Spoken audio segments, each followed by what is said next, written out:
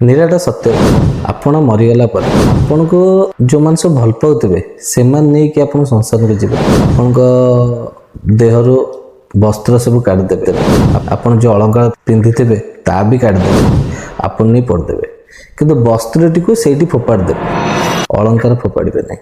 ଯାହା ଆପଣ ସୁନା ଜିନିଷ ପିନ୍ଧିଥିବେ ତା ଫୋପାଡ଼ିବେ ନାହିଁ, ତା ଘରକୁ ନେଇକି ଆସିବେ। ଆସି ସାରିଲା ପରେ ପୁଣି ଆପଣ ମରିଛନ୍ତି, ଆପଣ ଛୁଇଁକି ଆସିଛନ୍ତି ବୋଲି ଆପଣ ଛୁଆଁ ଆସିବେ, ତ ଆପଣ ନିଜ ଲୋକ ହେଇକି ବି ଛୁଆଁ ସିଏ ଭାବିବେ, ତ ସିଏ ତ ଗାଧେଇ ପଡ଼ନ୍ତି। ତ ମାନେ କିଛି ଜାଣିଛନ୍ତି, ୟା ମାନେ ଭଲ ପାଇବା ନୁହେଁ। ଯେଉଁ ଆପଣ ଆସିଛନ୍ତି, ଯେଉଁ କର୍ତ୍ତବ୍ୟ ଯାହା ପାଇଁ ବି କରିଛନ୍ତି, ସେ କର୍ତ୍ତବ୍ୟଟା ସେ ଦେଖିଲେ।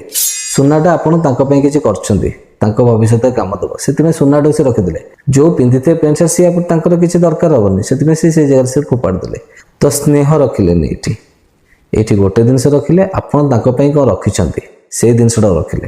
କାହିଁକି ନା ଏ କଳି ଯୁଗରେ କେହି କାହାର ନୁହେଁ, ସମସ୍ତେ ସ୍ନେହ ଦେଖାଣିଆକୁ କରନ୍ତି। ସବୁ ସ୍ୱାର୍ଥପର ଜୀବ, ଯେଜା ଫାଇଦା ଯିଏ ଦେଖନ୍ତି। କିନ୍ତୁ ସମ୍ପର୍କରେ ଜମା ବାନ୍ଧି ହୁଅନ୍ତୁ ନାହିଁ, କାରଣ ଏ ମିଛ ମାୟା ସଂସାର, କେହି ନୁହେଁ କାହାର।